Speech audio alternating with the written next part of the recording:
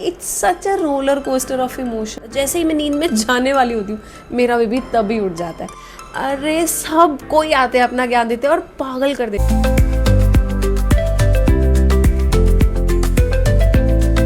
Hi guys, welcome to my channel. Today's video is going to be very raw, बहुत unfiltered chat आपके साथ, जिसमें मैं अपना ऑनेस्ट एक्सपीरियंस शेयर करने वाली हूँ। How it's been last 3 months of being a new mom. कैसा रहा मेरा एक्सपीरियंस। कोई इंस्टाग्राम की परफेक्ट वाइब नहीं, वो बताने वाली हूँ मैं जो एक्चुअली मेरी लाइफ में हो रहा है, so that you get to know how hard it is to be a new mom. So let's begin into the video. I hope you will enjoy this, and before that don't forget to like, share and subscribe to this channel.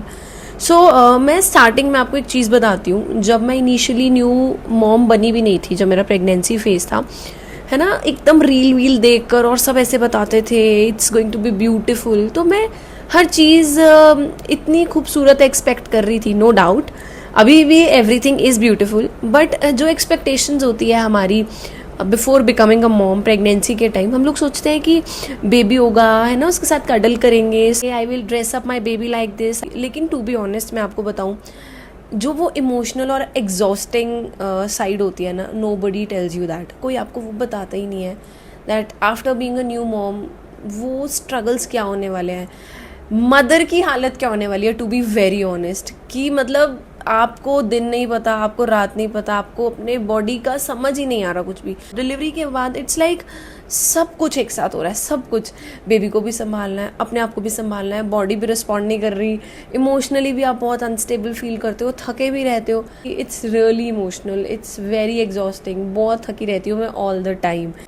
Actually में क्या होता है, as soon as, मेरे साथ तो अभी तक ये चीज़ हो रही है, एज सुन एज मैं सोने लगती हूँ मेरा बेबी 10-15 मिनट्स में उठ जाता है। जैसे ही मैं नींद में जाने वाली होती हूँ मेरा बेबी तभी उठ जाता है।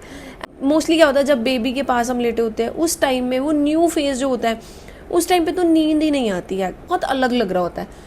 हॉर्मोन्स की वजह से इतना कुछ डिलीवरी के बाद हो जाता है बॉडी के अंदर। मैं सो ही नहीं पा रही थी, मैं एसी ऑन करके भी मुझे ऐसा लग रहा था कि इट्स टू हॉट, मैं नहीं सो पा रही थी। और जब कभी बेबी सोता था और मैं साथ सोऊं, 10-15 मिनट्स के बाद उठ जाता था, या कोशिश भी करूं तो नींद ही नहीं आती थी। और फिर जब बेबी जागा हुआ है तब मुझे बहुत नींद आ रही होती थी। तो मेरे साथ तो यही हुआ है कि मोस्टली थोड़ी बहुत मैंने 5-6 आवर्स की जो नींद कंप्लीट करी है वो रात को ही मैं कर पाती थी। या मेरा जो बेबी है मोस्टली क्या करता था ना, वो सुबह 7 o'clock से लेके 10 o'clock के बीच में ठीक सो जाता था। मैं अपनी नींद तब पूरी करती थी। मैं कभी सोच ही नहीं सकती थी, इतना डिफरेंट फील होता है, इतना डिफरेंट फील होता है। मुझे अपनी लाइफ में ऐसी फीलिंग्स कभी नहीं आई। एक मोमेंट है, I was crying, I delivered a baby through C section, और मेरे को ऐसा लगता था कि मेरी बॉडी इतना वीक फील कर रही है, मेरे स्टिचेस में पेन हो रहा है और I just want to sleep, और मेरी लाइफ के साथ क्या हो गया है, जबकि I was prepared for it. फिर भी ऐसा लगता है यार मेरी लाइफ के साथ क्या ही हो गया है। तो मैं एक मोमेंट ऐसे रोने लग जाती थी, एंड द नेक्स्ट मोमेंट मेरा बेबी उठता था and he smile back at me. वो छोटी सी कोई बात में जो स्माइल करता था, और मैं फिर से रोने लग जाती थी कि यार ये कितना क्यूट है, ये मेरा बेबी है। तो it's such a roller coaster of emotions. After delivery hormones बिल्कुल डिप कर जाते हैं, यू नेवर नो कैसा होने वाला है सब कुछ। जब बेबी होता है ना, तो उसके बाद जब हार्मोन्स इतने डिप होते हैं ना, आपको हर इमोशन ना ओवर होने लग जाता है। आपको गुस्सा आएगा, ओवर आएगा, आप फ्रस्ट्रेटेड हो गया, बहुत ओवर हो गया, आप हैप्पी हो गया, बहुत ज़्यादा हैप्पी हो जाओ, हर चीज़ ना ओवर ओवर ओवर ओवर होती है। तो मुझे लगता है कि शायद हम उस वक्त डील ही नहीं कर पाते वो सिचुएशन से। वो जो ट्रांजिशन होती है उसके लिए हम मेंटली रेडी ही नहीं होते लड़कियाँ। वंस यू आर, वो एक जापा फेज में होते हो ना, मतलब हर कोई आएगा, ऐसा कर लो, ये होगा, बेबी को ये करो, इतने टेम्परेचर में रखो, एसी चलाया हुआ है, एसी तो चलाते ही नहीं है। हमारे टाइम में ये होता था, हर कोई आता है यार, अपना ज्ञान देता है, और मदर जो होती है ना उसको पागल समझते हैं सब, उसको पागल कर देते हैं। नहीं तो मेरे साथ यही हुआ था। अच्छा तू अजवाइन का पानी नहीं पी रही, अच्छा जीरे का पानी नहीं पी रही, अच्छा सौंफ का पानी नहीं पी रही, अच्छा तीनों का पानी भी पीना होता है, गर्म पानी पीना होता है। अब मुझे इतनी प्यास लग रही है, गर्म पानी कितना पीऊँ मई जून के अंदर।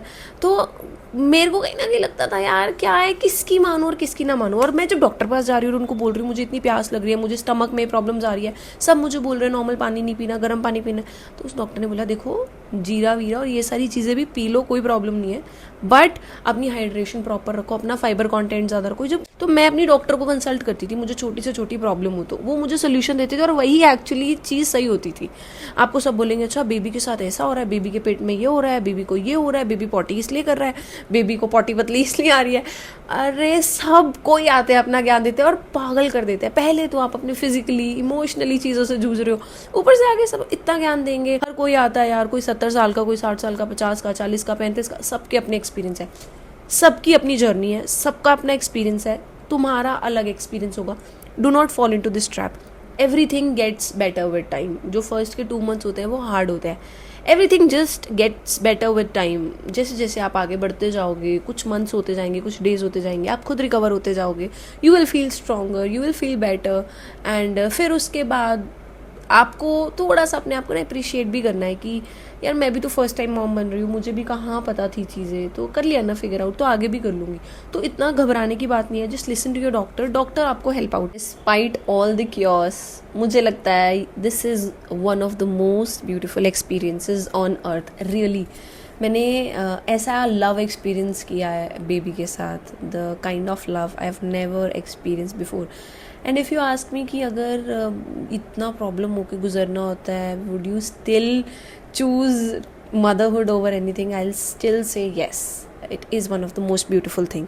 I just feel complete after this baby, I just feel कि इसी चीज़ की तो कमी थी लाइफ में। It's so so so beautiful. मैंने इससे प्यारी चीज़ I don't think I've ever experienced before. If you really like this honest chit chat session with me, do not hesitate to drop a comment down in the comment box. I would love to respond you all and drop some love in the comment section. Do not forget to like, share and subscribe to my channel. I'm new here, अभी मैं सीख रही हूँ। जैसे जैसे और videos आएंगे I'll share more experiences with you. इस चैनल पे हम लोग बहुत सारी पेरेंटिंग की बातें करेंगे, बहुत सारी फ़न चीज़ें आपके साथ शेयर करूँगी, बहुत सारी ब्यूटी कंटेंट भी आपके साथ शेयर करने वाली हूँ मैं। There's a long list coming your way. So do not forget to subscribe to my channel and share it with your friends so that everybody can enjoy this. And see you in the next video. Thank you so much for watching.